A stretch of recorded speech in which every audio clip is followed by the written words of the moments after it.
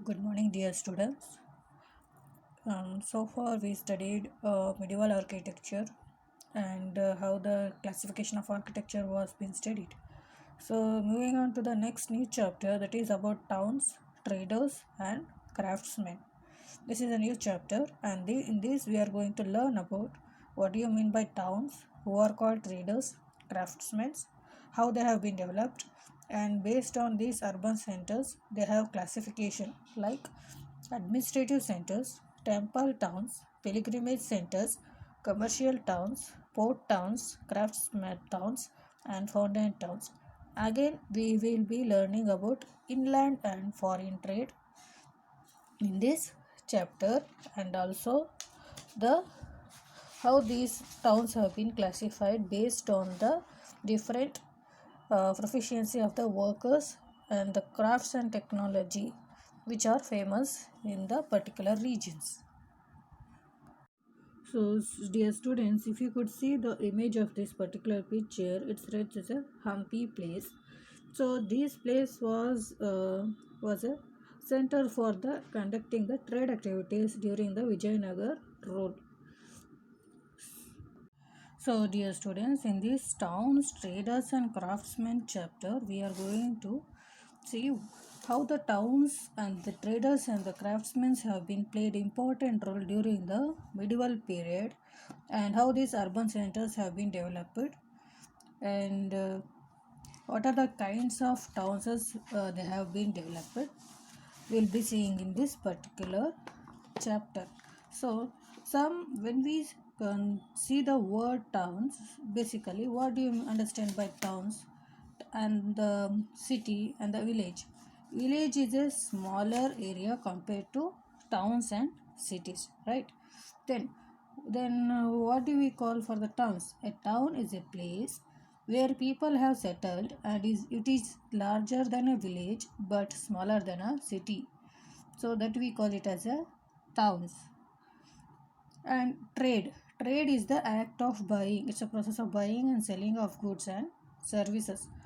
And coming to the craftsmen are those person who are skilled enough or who are trained or who are well versed in making the things, especially with the hands, like decorative art, glass painting, bowling designs, metalwork, woodwork, etc. And we also will be seeing the types of urban centers in this particular chapter. Let us see what are the towns, different kinds of towns, and how the growth of urban centers have been developed during medieval period. So students, they are telling that during the medieval period there was an evidences that which played an important role for the emergency of for the establishment of the towns and cities. So initially towns and cities in India are developed as religious and pilgrimage centers such as Banaras, Puri, Mathura, and Allahabad. So these were the places where the pilgrimage centers were established, where the religious temples will be visited by the people as a sacred places. And some cities gained importance as a centers of administration. And new towns emerged around the cantonments and seats of government. Lastly, they give importance for trade and commerce, and they emerged commercial towns or trade centers such as Lahore, Surat, Mirzapur, and trade routes. So they are telling we are going to learn about the development of these urban centers during the medieval period. Basically, what they say, there are some of the regions which were famous for their particular reason.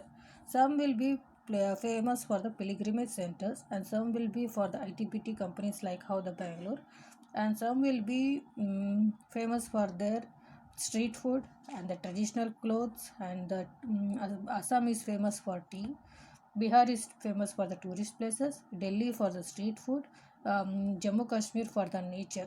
So likewise, these there are certain regions which are famous and there for their particular reason. Likewise, during the medieval period, there were towns and cities which were famous. In that time, the pilgrimage places centers were like Banaras, Puri, Mathura, and Allahabad were developed. and some cities were played important role for the administration purpose, and even some places like Lahore, Surat, Mirzapur were majorly concentrated for the trade routes, that is for carrying out the transportation activities. Whatever the goods they have been produced or the manufacture, they need for the particular good transportation for them to carry out. For this, Lahore, Surat, Mirzapur were considered as the trade routes for carrying out the goods from one place to another place. Now let us see how the growth of urban cities have been stated during the medieval period by different persons. So students, they are telling that how these urban cities have been grown very vastly. For this, the evidence are during the Mughal court, certain documents were like the from the chroniclers who have been recorded about the happenings of that particular time. So the Mughal code documents on the land grants, how the land they used to measure, and the revenue assessment